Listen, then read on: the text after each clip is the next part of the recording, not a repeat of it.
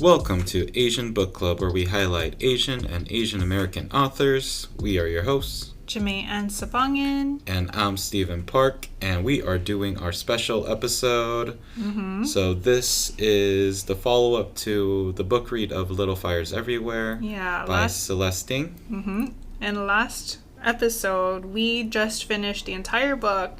We read the final chapters. Everything came to a close, and so we switched it up and started watching Little Fires Everywhere, the 8-part Hulu series. Right. We only felt right that after we did this read, that we binge watch even more about this read. Yes. What were the first things that came to mind while you were watching it? So I thought a lot of the characters had changed, but what I really came out of it with was that a picture really does describe 1,000 words. Yes. I thought there was so much more that was told within the TV series, even though it was a very familiar story. Right. Just because of the way that the characters were able to interact with each other. How did you feel? I noticed the character changes as well, but I also, something that stood out to me was that the actual events and actions were changed. Like, a lot of the events from the book didn't really happen in the series, and like, for example, with BB Chow versus the McCullows, in the book there was a lot of time dedicated to that particular situation, but in the show series, not a lot of time was dedicated to it. There was like the moment in the hearing, there was BB finding out where her daughter was, and there was just that one small scene where she was able to visit her daughter, and then that was pretty much it until the very end. Also, side note, I love that you pronounced McCulloch's with like a very guttural at the end of it. Like you're doing it out of hatred. But so I really thought that they touched on a lot more of those viewpoints from different stories. I do agree that they changed quite a bit from the different tellings of different storylines from here. Yes. But I also was wondering if they did that because once you saw the images and the actual footage of what might have been going on, that some of the parts may not have been believable the way that they fully played out, so they had to add or subtract in different places. Totally, definitely. And because the book is such a like even-keeled pace, I think you're right. There needed to be that speed in addressing all these different situations, and because there was a speed in trying to address all those situations, the characters themselves might not have reacted the same way the characters in the books did. Right. Okay, so at this point, we've read the book. At this point, me and Jamae have seen the series. So, true spoiler alert, we're going to be discussing everything. Yes. So, I figured let's go into this discussion through different topics that appear within the show. Totally. So, we start off with the house. The house is on fire. Yes. Now, in the book, the person that sets off the fire is Izzy. Right. She's very conscious of the house being empty. Is not an act of vengeance against her family per se. Well, she does want to get back at her family, but she doesn't want to like kill them. Right. She wants to start things over for them. Right. But in the TV series, we see at the very end that she takes that gasoline, but she starts to soak everything in the gasoline. But her family's there, Yes. and her siblings come and stop her. Right. So this then puts her in a corner, which her mom comes in, yells at her, tells her that she's never wanted her, and this sends Izzy out the house, which is like, all right, we still remember the beginning of the show where the house was on fire. Right. So who does it? And it's all the other kids because Right. they start standing up for themselves. The mom just kind of like shuts down. Elena starts shutting down. Yep. And this is the point where they also feel like they need to start over. Right, exactly.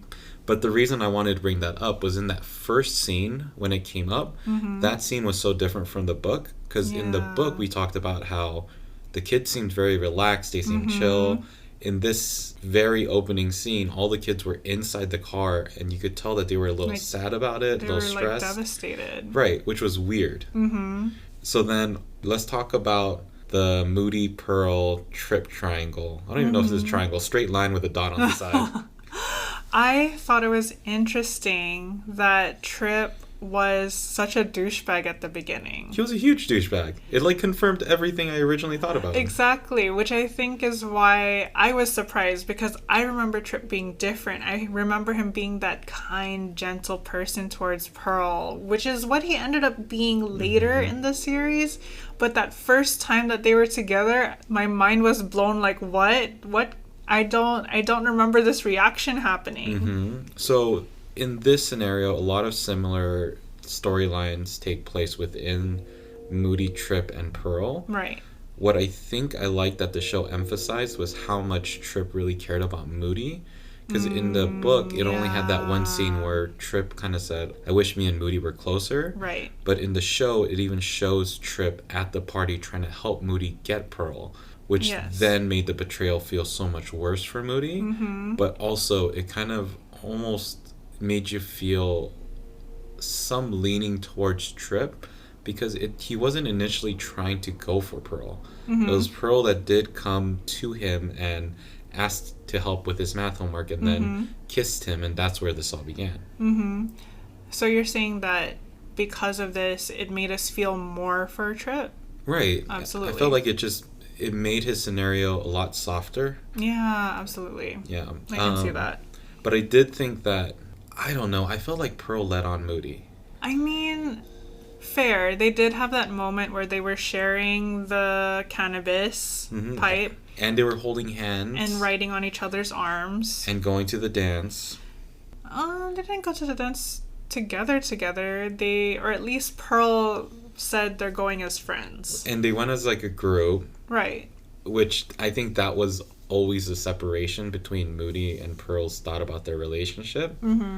But from Moody's perspective, I can see how they got ready together. Like, all the things happened together, which would be something you do if you're in a relationship with that person.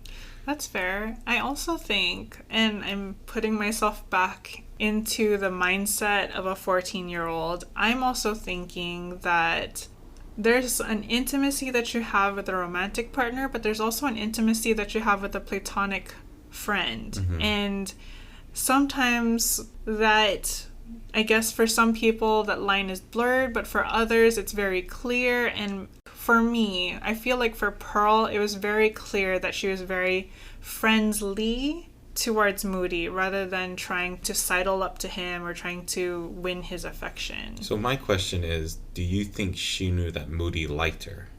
I think she did know, but I don't think she... So again, this is just me speculating. Of course. I think she knew that Moody liked her, but I don't think she thought that her actions were leading him on. Because I, again, remember my experience in like doing similar things. I would hold on to people's arms and I would like hug people, and to me it was just being friendly.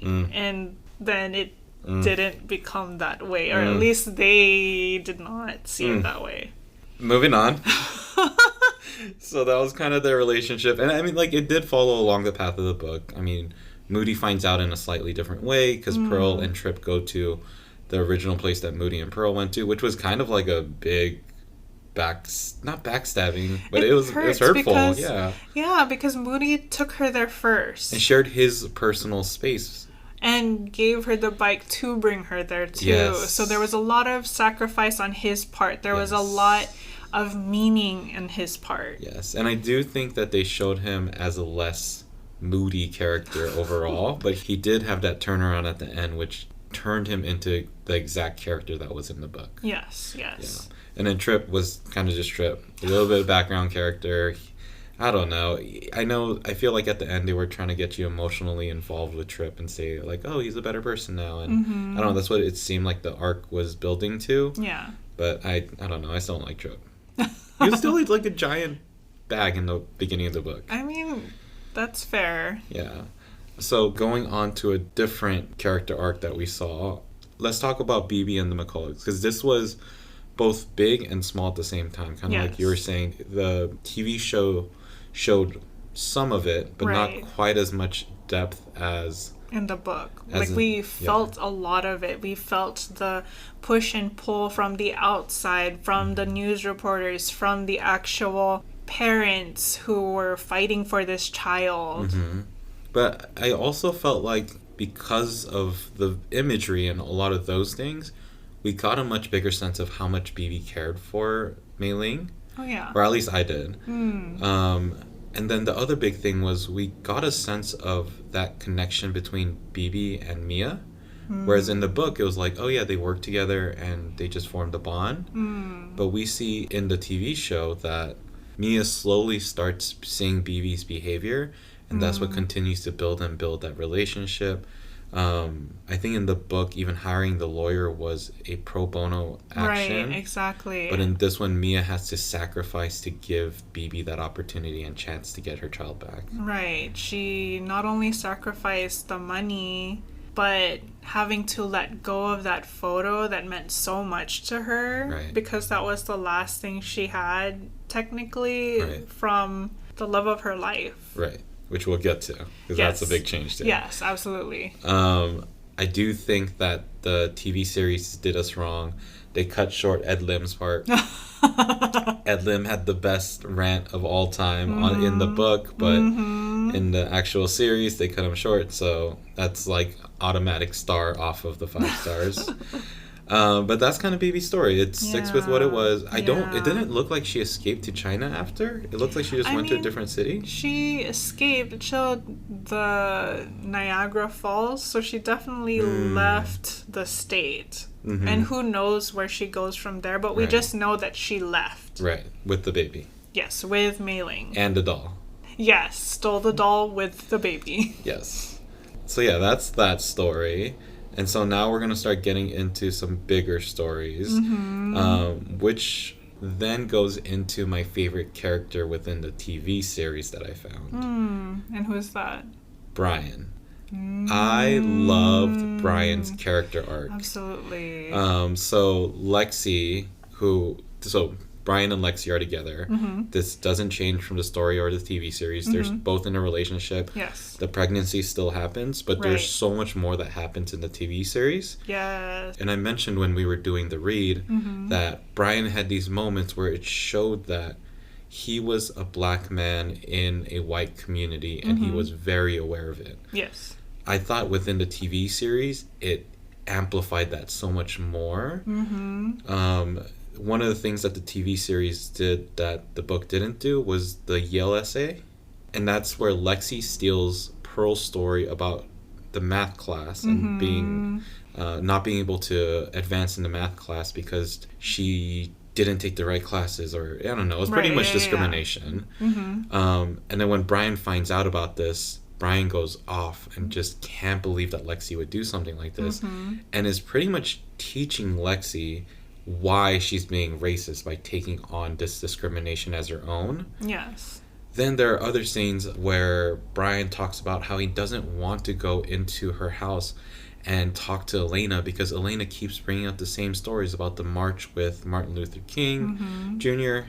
And I don't know, there was just so many scenes that were both subtle and very outstanding that Brian stands up in, and he's this supposed to be this minor character, but he shares so much about the history and what Shaker Heights really looks like from a person of color's perspective. Right, definitely. He calls out Lexi several times, asks her, what do you mean by they?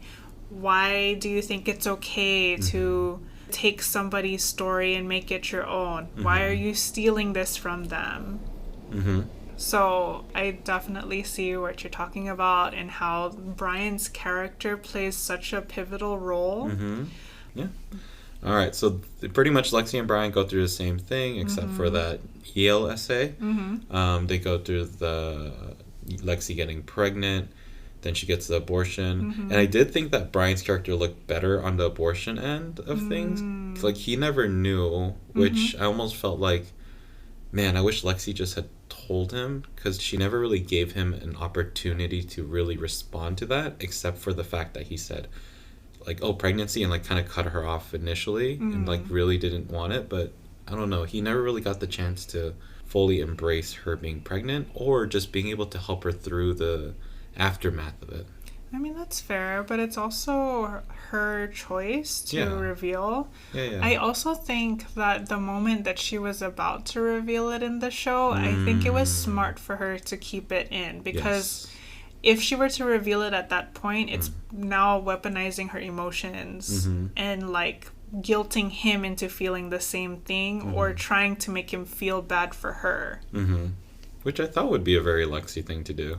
Right, but it just shows that there is some character arc. Not only when, at the end, when she encouraged her siblings to start the fire with her, but that moment of like, I get it now. I get what people keep telling me, that I'm not as perfect as I think I am. I'm not a bad person just because I do bad things, but I do need to learn from the things that I'm doing wrong. And, okay, so that's their story. Yes. And what did you think about the relationship in the TV series with Elena and Bill, the Richardson parents? I think that because this series and the way that it was produced and designed, it allowed us to see multiple perspectives of the relationship and why there is tension in their relationship. And one of it is the recurrence of Elena being selfish. And her selfishness is not only hurting herself, but it's hurting those around her, especially Bill, who keeps trying to be on her side. Yeah, I thought it was very interesting to continue to grow her as the villain, because in the beginning of the story you can see her as a person who's sympathetic and she's trying to make the right choices, but just with the wrong thoughts and intentions. But as we go on in the story, she's making deliberate attacks, she's being very hurtful, and one of the person that gets hurt from this is Bill, who you can see slowly just boil and boil. He starts from a simmer, and then he knows about this relationship that's not continuously been going on, but that Elena keeps going back to for like, it has to be at least 10, 15 years, because that's how old the kids are. So, I don't know. I thought it was a great piece to include into it, exactly like you said, just because it shows who Elena was as a person. Totally. And like, speaking of Elena, like you mentioned, there was more characteristics with Elena in the TV series, in that Elena, at least from where I was viewing, it seemed like she was trying to be the nice white lady, quote unquote, especially with the way that she interacted with Mia, trying to relate to her, trying to ask about her art and if it's for sale and if she could buy it, which she did do in the book. But she sounded sincere in the TV series. Absolutely. So, sticking with Elena, she is kind of like the hub between a lot of the relationships. Yes. So, what I'm trying to do in my mind is prioritize and kind of save the best relationships for last. But I think we're at that point where every relationship from here on out is pretty important. Yes. Izzy and Elena. Now, this was probably one of the biggest arcs within all of both the book and the TV series. Yes. But I felt like the book did not do this story justice. I think what the book initially did was talk about how Elena was so worried about Izzy, how she had this health condition that put her at risk. And so that was the thing that drove Elena to be more protective. Exactly. In the TV series, Elena and Izzy come to tiff because Elena never wanted Izzy. Izzy was a child that seemingly cried much more than the other Richardson children. She was colicky. Yeah, and then that on top of the fact that Elena had to give up her job, she saw the promotion that she wanted go through the window, and this culminated in the simplest word is hatred that she cultivated for Izzy. Right, and it's not because of Izzy, but it's because of the decision that she made to keep Izzy, I think, is really what the impetus of her hatred came from. It's not the fact that she has this child, it's because she chose to have the child. Which I would argue, like, did she really choose to have the child? Because do you remember the conversation with her and her mother? Right. I mean, so she chose her mother's perspective over her own. So essentially she did choose. She chose for herself. I mean, she didn't have to tell her mom. There was that one scene where she told the babysitter, don't call my mom. Right. And essentially telling her, just shut her out. Yeah. Don't tell her what's happening. Tell me first. Yeah. Yeah. I don't know. I like this story better. We also see from this Izzy's character arc, which is so sad. It's so devastating. There was a scene where Izzy talks about how she feels like she sees the sky and the water, but she just is constantly swimming. She doesn't see like an end to it. Right. And I think the TV show does such a great job of portraying that with her friendship, with her siblings, with her mom. When she felt like even Mia dumped her, like it was such a sad story to follow that by the time it got to the end of her being in that room with the gasoline can, her siblings being there to stop her, trying to actually be a system of support at that point, and then her mom comes in and then just shuts her down again, it all made sense as to why Izzy felt so desperate to leave. Totally. And like the added story of Izzy possibly being a lesbian or possibly not being straight. Yeah, it definitely added layers to why she had such trouble getting along with other people. Well, it was her being a lesbian, but that wasn't it. It was that she was in a relationship with her girlfriend, who then they got caught at the party. Well, they got put into the room to make out. Then when they got caught, her girlfriend, for a year is what she said, pushed her away and just kept fighting back with her in public sight. Totally. Which is like, yeah, she became branded as this person who's different from other people, especially during, I guess, that time where people were scared straight, essentially. Yeah, absolutely. I really like the story that was formed with Izzy's character. I don't know. She still came off as this privileged kid overall, because she did have a lot of privilege, and that's that scene with Mia where Mia's like, no, you're still this white girl from a very privileged family. But I think it showed the struggles that she had and why it caused her to feel that way. And when we're talking about Elena and Izzy, there was even that scene with the Keds, the tartan Keds, that really mattered to Elena. But Izzy, I felt like, was even offering up an olive branch by going down fully dressed. Except for the shoes. And Elena just couldn't let that go because that's the person that Elena is. Okay. So then when we're talking about mother and daughter relationships, we have to talk about Mia and Pearl. Yes. I think it's so interesting that Pearl in the TV series fought back so hard. Like in the book, Pearl was very, would defer to her mother, would maybe say something smart and then like want to take it back. And she was very meek in the book. But in the TV series, she was very headstrong and was like, no, you're lying to me. And I deserve better. We deserve better. Which version of Pearl did you like better? Well, I really was drawn to Pearl in the book, but I feel as though Pearl in the TV series felt believable because of her age. She's a teenager.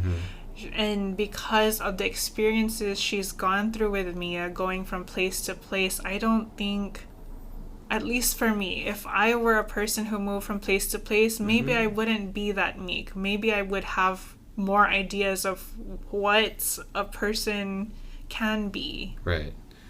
Which, side note, I remember when it had that opening scene and it showed all the kids. I was like, these are teenagers? I don't know. I feel like I'm just really old now. They look so tiny and young. And I think that's what teenagers really look like, my though. gosh. Especially, well, this is a side conversation, but I Right. feel like in entertainment, especially in movies, they tend to cast older people Right. as teenagers, which is why our idea of what teenagers look like is skewed. Fair. Because, like, for example, in One Tree Hill, for those of you who know what One Tree Hill is, they were all in their 20s and 30s Right. already Right. as actors. But they were cast as 14 and 15-year-olds, which is like, looking back, I'm like, no. Right. Very fair.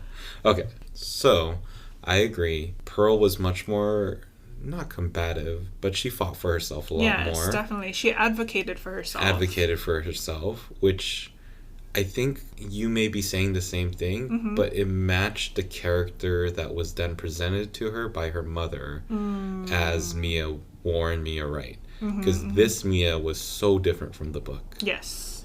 This Mia was very conscious of her environment, and knowingly so throughout the whole series. She was very aware of race. She was very aware of the class system in the areas that she was in. So when Pearl went to Elena to get help with that class, Mia wasn't just mad at that point of just somebody helping Pearl, I didn't think. Right. I felt like the reason Mia was even more upset was because Elena was this person of privilege, and she wanted her daughter to understand that this isn't something that's always going to be given to her. Right. This is something that you have to learn how to earn on your own. Totally. And I think the Mia in the book was very race conscious, was very situationally aware, but in the book she was more of a background observer. She didn't take the front stage. She didn't speak her mind all the time. She waited to say things. But the Mia in the TV show was like, no, we're going to say this now in the moment. You're going to feel my full fury. And the one thing that the book could never give us is Kerry Washington's face. Yes. Oh Oh my my gosh. gosh. I love Kerry Washington. She has the most believable disgusted face that I've ever seen, and she kept it on the whole time. There was only like a couple scenes, like one where she, I think, interacted or saw like BB with her child, and then that was the only time her face changed out of this disgusted face. But it was beautiful. Oh my gosh, she did such a good job with that. Yes, absolutely. But one thing that Mia didn't do in the book that she does a lot of in the TV series is explore her sexuality.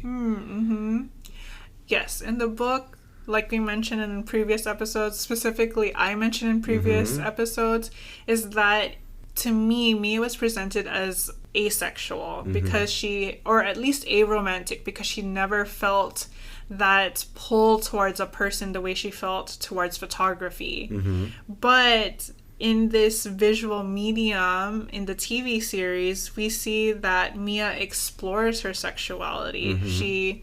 She falls in love with her professor, who's a woman, but she also sleeps with men in different scenes. So either bisexual, pansexual, we're Right. really not sure, because Pearl even describes Mia's sexuality as, oh, she just sleeps with whoever she wants. Like, it's Right. just an act. Right. Or, like, yeah. So, I don't know. A very interesting turn of situation, but also very believable. I would Yes. completely believe that she had never felt the touch of a man, which is what they say in the book. And in this one, where her relationship with Pauline Hawthorne was a little bit more, which then explains why she had the pictures. Like, Right. a lot of those scenes were explained a little bit better by her very close relationship with Pauline. Totally. And another aspect of Mia is how, like we were talking about, how she would speak her mind in the moment. I love that she called out so many people in the Richardson family. Like, the one statement that she made that really rings in my mind is when she told Elena, "You didn't make good choices, you had good choices." I'm like, yes, that is like such the embodiment of explaining what privilege is not making good choices, but having the options. So let's talk about that. So Mia and Elena was obviously the biggest battle that was happening throughout the book. It was a constant theme of Elena saying that Mia had entered her life. Like, she came into this household. Like, she forced her way into our family and broke it up. Right. And it's like, girl, you found this lady in her car and you called the police. Yes. And then after that, your white kilt took over and then put her in the house. Right. While your husband was like, yo, you should check her references. Right. And all of that was on you. So then when you get this backlash of you offering a job for her to come into your own house, and all of a sudden it isn't what you exactly had hoped. Right. Like, whose fault is that? Exactly. And another thing that the show does is create parallels for Mia and Elena from when they were younger, the choices that they made. For Elena choosing to go back to Ohio, leaving her boyfriend at that time behind, even though the boyfriend asked her to stay. And then with Mia choosing to fight for her place in school, even though she didn't have much to begin with. Absolutely. Yeah. So with that, we then kind of build up these scenes where Mia's almost fighting for Izzy, and then Elena's fighting for Pearl. Right. And it's almost like they just want to do a daughter swap because Elena's like, Pearl's such a good kid. I don't know how she happened. It happened because Mia happened. And she's like, oh, Izzy's such a terrible kid. Like, I don't know how to get this kid better. It's like, it's because you did that. Right. But then you see this constant battle of them trying to one-up each other and who's a good parent. And there was a scene at the door towards the end where they were like, pretty much, I forget what she says exactly, but like they were just talking about who the better parent was at one point. But it then leads up to this big scene at the end where the house is burned down. Me and Pearl have left. Izzy is lost, so Elena is trying to find Izzy. And then that's where we get the one gift that's left from Mia to the family. Yes. Which is Shaker Heights, covered in flour. So it's a completely white. Exactly.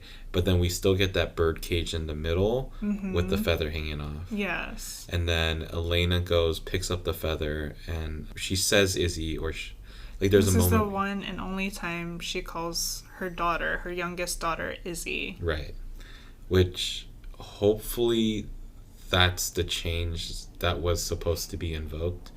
Because in the book, it was very similar in that gift that Mia had given Elena had changed her, had finally reached Elena's heart to who Izzy was to her. So I really liked that scene. It was a complete change from what originally had been written. Yes. But I really liked that scene. Totally. And that kind of encompasses the whole TV and the book, in that even though they had different events, even though some lines were said by different characters and different characters had different traits that showed up in both media, that they both had the same spirit, that there is this struggle within the families, that there are struggles between families, and that there's also that internal conflict. So one thing that I did feel in terms of that big theme is, what did you feel like the book gave off as a theme? Like, if you could put one topic as the major one that both the book and the TV show gave off, would it be the same, or do you have difference? I think that when I think of the book, I believe it's trying to say that there are parallels and nuance and gray areas when it comes to who gets to say they're a parent and who gets to say they are doing their best and what that looks like. In the TV show, I think it's a very similar message, but a more overarching message that the TV brings up is that it feels like each person is going to be brought to their knees. Like everyone's going to meet their reckoning. Yes. I thought when I read the book, the feeling I got was, here's life in the suburbs, and here are people coming in, and different people and their different experiences with the suburban life and class differences. I really like the way that they did it in the show in terms of emphasizing who has what and what, like kind of like what you said with Mia's line is, you didn't make good choices, you had good choices. Yeah. Showing the difference between what people have. But for some reason in the show, motherhood was so much more highlighted for me. There was an episode called 70 Cents. I think it was like the fourth episode or something. Yes. And what it did compare was, in the very beginning, Bibi is struggling. Mei Ling is crying, and so Bibi goes to buy formula for Mei Ling. Yes. In the book, that's the last bit of money that she uses on Mei Ling before having to give her up. Yeah. In the series, Bibi goes to the store. She has 70 cents, goes up to the cashier to buy formula for this baby that she's holding that's crying. Yeah. And the cashier is yelling at her that she doesn't have enough money and kicks her out of the store. Yeah. Later on in the episode, Izzy is running out of a dance, which her siblings were there. I said this when we were watching together. Exactly. I was like, where are her siblings to take her home? Anyways, so she's trying to get on a bus. She's 70 cents short. And the guy who's driving the bus says, no, you're fine. Just come on in. Yes. That is the big difference. Totally. That is just seen multiple times. The other big one that I saw was Elena's story with her baby and with Izzy, right? So Elena's holding this crying child. Izzy's just constantly going, and Elena grabs the plates. She throws them on the ground. She's had it up to her limit, and this is when she runs to, as Bill quotes, to get the pacifier. Yeah. She goes to get the pacifier and then eventually runs away to her ex-fling and almost escapes that current life. Yeah. And then goes on to judge Bibi, who has this child who's crying for many days. I mean, Ed Lim references that there might be some kind of like postpartum depression kind of things. I mean, but also just the pure sanity to be lost when a baby is crying around you for probably like near 24 hours for 7 days, if not more. It acknowledges how hard Bibi was struggling through. Totally. To the point where she had to give up her child, whereas Elena still had a lot of resources. She had a lot of support system. And she still almost gave up her 4 kids. Right. Yeah. So that's kind of the end vibe that I got from it. I don't know. I liked both. Which one would you have chosen? I love both. I love the way each told the story, and I love that each had different layers to each character. So I wouldn't choose either. But I would highly recommend both. Which one would you do first? I would read the book first, the way that I did. I would have read the book first and then enjoyed the TV series and actually like soaked in the rest of the little details. I agree. I think the only difference that I would say is look up the characters in the TV series, and then you could put a face with the words that you're saying and the different characters that you're seeing, because I thought the casting was really good for this one. So when I was reading the book, I was looking at very familiar faces as to what was being shown on the TV series, which is really hard to do. So you know what's interesting? So I read the book first, read it before the TV series even came out, and once the TV series came out, I realized that the faces that I was imagining were very close. Yeah, exactly. So even if you don't watch the TV series first, I'm pretty sure whatever images come to mind for the characters are going to be very close when you watch the series, if you watch the series. Right. Not even just the images, but, oh man, they filled those characters in so well. Yes. The acting was great. Yes. Anyway, so this was our special episode. go do both. I mean, you finished the book with us. Go ahead and binge watch that show. It takes a while, but not really. It took us less than a week to watch all of it. Okay, but we also binge. Binge watched but it. that's the thing. It's a bingeable series. Yes. And even though it is tough to watch through the emotions, to watch through the struggles, and to watch these race tensions, even though it's hard, it's still worth going through the whole thing. Right. Okay, so that is Little Fires Everywhere. In the show, the main actresses or actors are Kerry Washington as Mia, Reese Witherspoon as Elena, Lexi Underwood as Pearl, Megan Stott as Izzy, and I mean, everyone was great, but those were the four that really came to mind for me. And then the book, once again, is Little Fires Everywhere by Celeste. And that wraps that up. Bye.